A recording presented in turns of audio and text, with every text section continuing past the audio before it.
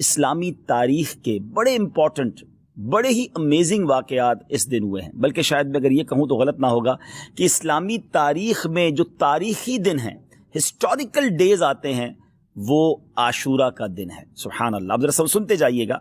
کہ حضرت آدم علیہ نبینا علیہ الصلوۃ والسلام کی جو توبہ قبول کی گئی وہ دن 10 محرم الحرام کا تھا۔ حضرت آدم کی جو پیدائش ہوئی، دا برتھ ڈے آف سیدنا آدم علیہ الصلوۃ والسلام، وہ بھی 10 محرم۔ اسی دن انہیں جنت میں بھی داخل کیا گیا۔ اسی دن عرش، کرسی، آسمان، زمین، سورج، چاند، ستارے اور جنت کو پیدا کیا گیا۔ آپ سوچئے کہ بیسکس آف دا ورلڈ جو ہیں وہ 10 محرم والے دن پیدا کیے گئے ہیں۔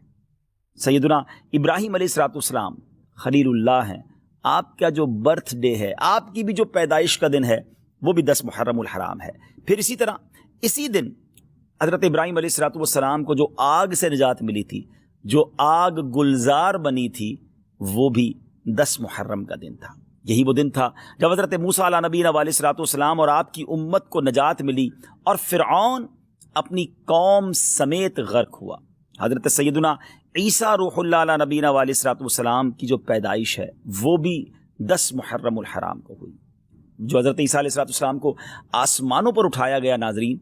That was also the day of Ashura, وہ بھی دن 10 محرم الحرام کا تھا۔ حضرت نوح علیہ الصلوۃ والسلام کے زمانے کے طوفان کو کون نہیں جانتا، مگر اس طوفان سے جو فارغ ہونے کے بعد ان کی کشتی کوہ جودی پر ٹھہری تھی،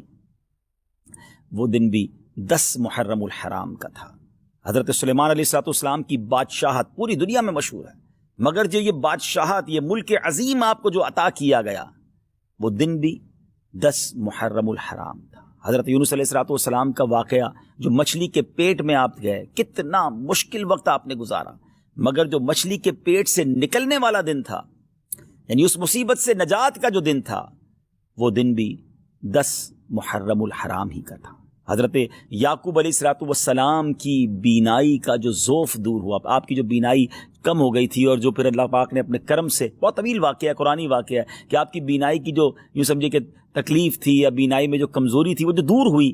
وہ دن بھی 10 محرم الحرام کا تھا۔ حضرت یوسف علیہ الصلوۃ والسلام کی ہسٹری جنہوں نے پڑھی ہے، انہیں معلوم ہے کہ آپ کو گہرے کنویں میں ڈال دیا گیا تھا،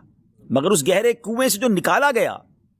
وہ دن بھی 10 محرم الحرام کا تھا۔ حضرت ایوب علیہ الصلوۃ والسلام کے صبر کو، آپ کی تکلیف کو، آپ کی بیماری کو آپ جانتے ہوں گے، آپ نے پڑھا ہوگا کہ ان کے ساتھ کتنی پرابلمز تھیں، مگر اس تکلیف کو جو دور کیا گیا،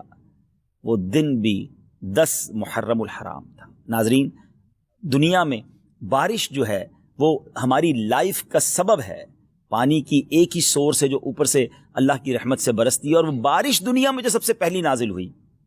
وہ دن بھی 10 محرم الحرام کا تھا۔ یہ بھی یاد رہے کہ اس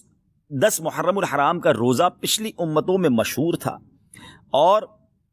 یہاں تک کہا گیا کہ اس دن کا روزہ ماہ رمضان کے روزوں سے پہلے فرض تھا، پھر اسے منسوخ کر دیا گیا۔ یہ تقریباً میں نے آپ کو 24 واقعات، انسیڈنٹ اور ایونٹس بتائے جو اس دن ہوئے، اور 25واں پھر وہ واقعہ